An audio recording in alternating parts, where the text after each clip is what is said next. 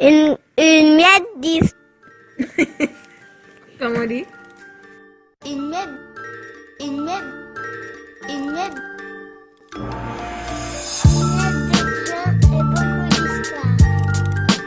Une miette de gens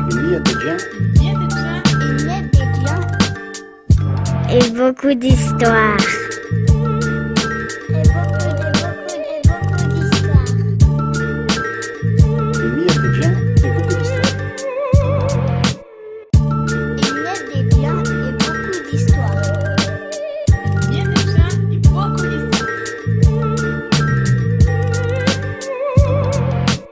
Une miette de vin et beaucoup d'histoires. Épisode 3.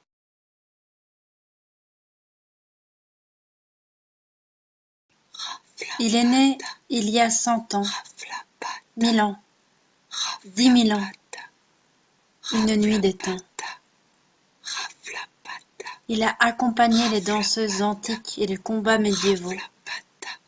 Il a donné la cadence aux habitants des terres d'Afrique. Il annonce, il raconte, il sacre, il amuse. Le tambour. Dans les temps reculés, à l'époque où les hommes chassaient le grand mammouth, où les ours des cavernes peuplaient les grottes et où on pouvait croiser un rhinocéros au détour d'un rocher, notre contrée vibrait nuit et jour d'une joyeuse musique rythmée qui ne s'arrêtait jamais. À cette époque-là, la terre elle-même se nourrissait de ce rythme. Tout était abondance et foisonnement. Mais cette musique-là, d'où venait-elle? Là est le grand secret.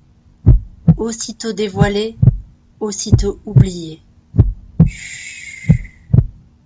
Le vent pourtant me l'a raconté.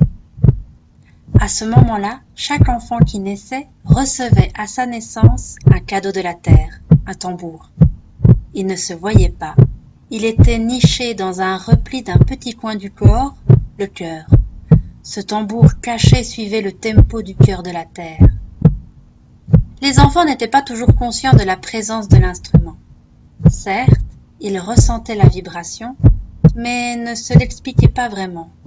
C'est là que les anciens intervenaient, armés de l'expérience de toute une vie. Musiciens experts, ils transmettaient leur savoir-faire. Chacun y allait de son conseil, de ses trucs et astuces, et puis l'enfant déployait ses ailes et tambouillait ardemment. Comme dans un orchestre, chaque instrument avait sa particularité, mais l'ensemble sonnait harmonieusement. Un jour pourtant, tout se détraque, c'en est fini de l'harmonie. Pourquoi ? On raconte qu'un soir de pleine lune, un marchand venu de l'Est a annoncé l'arrivée d'un être maléfique appelé Bulkiès. Au début, notre peuple ne l'a pas pris au sérieux, mais le marchand a un bon argument. Une énorme cicatrice qui lui traverse le corps du menton jusqu'au nombril. À la vue du corps lézardé, la foule maintenant plus attentive réclame des explications. Et le marchand s'en donne à cœur joie. Il tient son public en haleine, lui fournit maints détails plus horribles les uns que les autres. Bulkiès, le monstre, est le plus cruel des tortionnaires jamais connus. Il est assoiffé de silence. Le bruit le met hors de lui. Pour preuve, cette cicatrice. Le pauvre marchand n'avait, après tout, rien fait de mal pour mettre ce géant en colère. Il était passé non loin de lui dans la forêt, et son tambour, comme de coutume, raflabadait au rythme de la terre. Bulkiès avait entendu, avait bondi et lui avait arraché son tambour. Comment avait-il survécu? Le vent s'est bien gardé de me le raconter. Autour du marchand, maintenant silencieux, l'auditoire est livide. La peur envahit les cœurs. Chut, chut, tais-toi, silence, intime-t-il au dissimulé. Chut, chut, chut, silence, tais-toi, enjoigne-t-il à l'instrument désormais muselé. Plus un bruit, ou presque.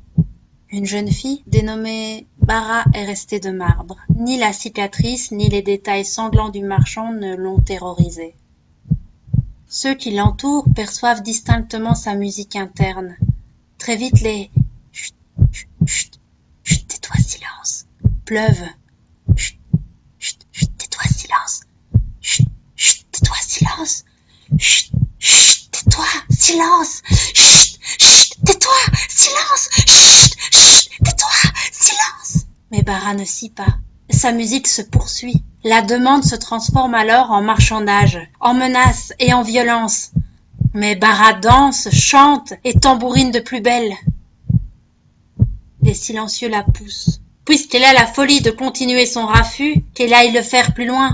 Et Bara disparaît dans les bois.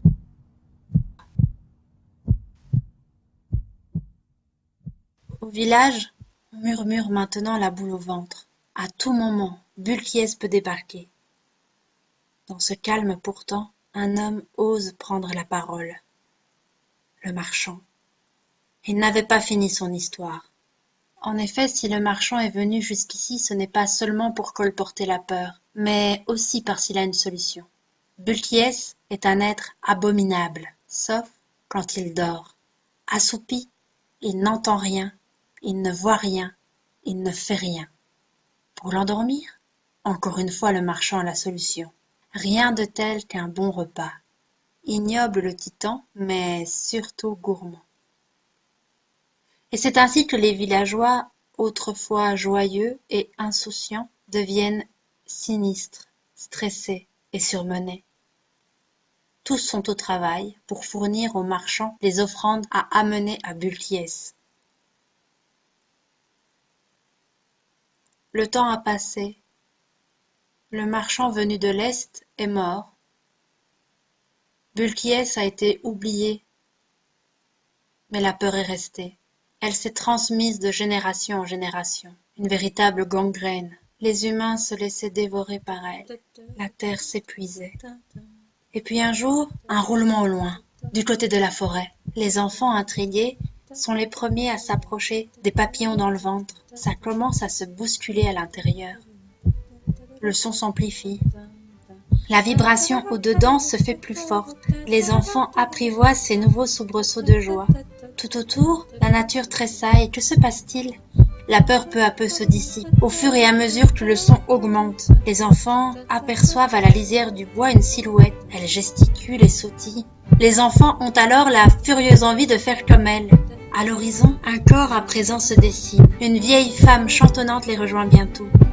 Tous dansent et la terre jadis essoufflée respire à nouveau. Chacun fait la paix avec son tambour. Les adultes sortis de leur routine par le concert emboîtent le pas et se trémoussent eux aussi.